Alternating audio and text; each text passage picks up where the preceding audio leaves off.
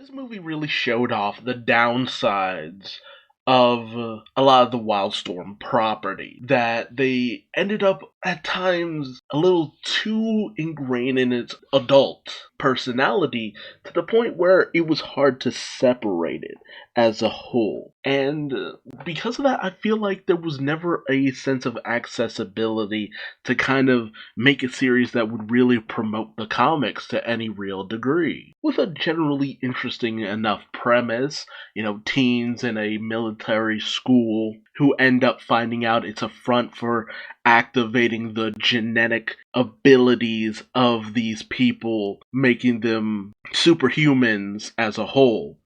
And honestly, this movie never even played up to the appeal of the comics, which was the core team heading out, hanging out, doing teen stuff, but also saving the world. I mean, it knocked on the door of a lot of the appeal of the original series, but it never took it to where it needed to be. Mostly focusing on the characters of Caitlin, Grunge, and Freefall. It was a good enough direction, but it just didn't have legs to stand on.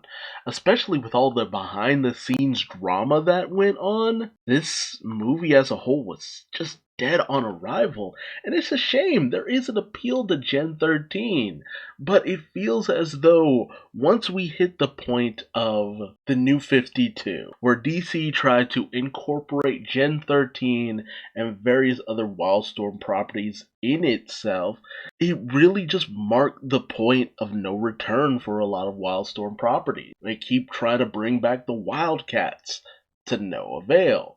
They keep trying to bring back and make Grifter as a solo act a thing, but to various different amounts of success. And Gen 13 is just nowhere to be seen. And it's a shame. It's a teenage property. It really shouldn't be this hard of a sell. And yet, it just keeps turning into that. Honestly, DC decided to go with the whole Ravagers angle instead, which I feel like was a mistake. Some new cast of characters under Caitlin Fairchild wasn't going to sell that book. The name Gen 13 was going to sell that book.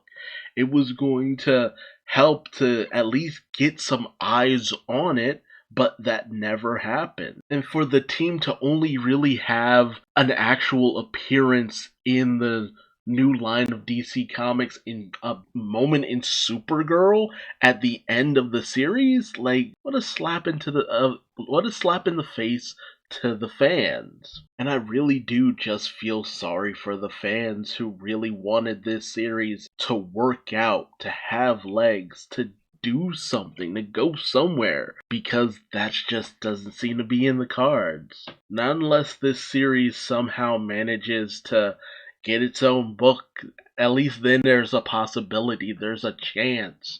But who knows if they'll even put someone who can draw out what made this series even remotely popular in the past. It's the shame of the fact that this is the movie that got me interested in Gen 13. I liked what I saw when I checked it out, but the fact that it never seems to have grown beyond the 90s and early to mid 2000s is a real shame. And it's been pretty much, no, actually over a decade since Gen 13 was relevant in any way, shape, or form. For a decade since it had an actual book. That's a shame. That really is a shame. But tell me, what are your thoughts on the Gen 13 movie and Gen 13 as a whole, and how it's been treated in today's DC landscape? Do you feel like it's unjustified, that it deserved better, or do you feel that ultimately Gen 13's time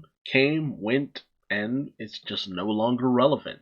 I'm interested to hear from you, and if you like this video, please like, comment, subscribe, and hit the bell icon for notifications. And until next time, I've been Duuz-Diz-Din, and I will see you later. Bye-bye.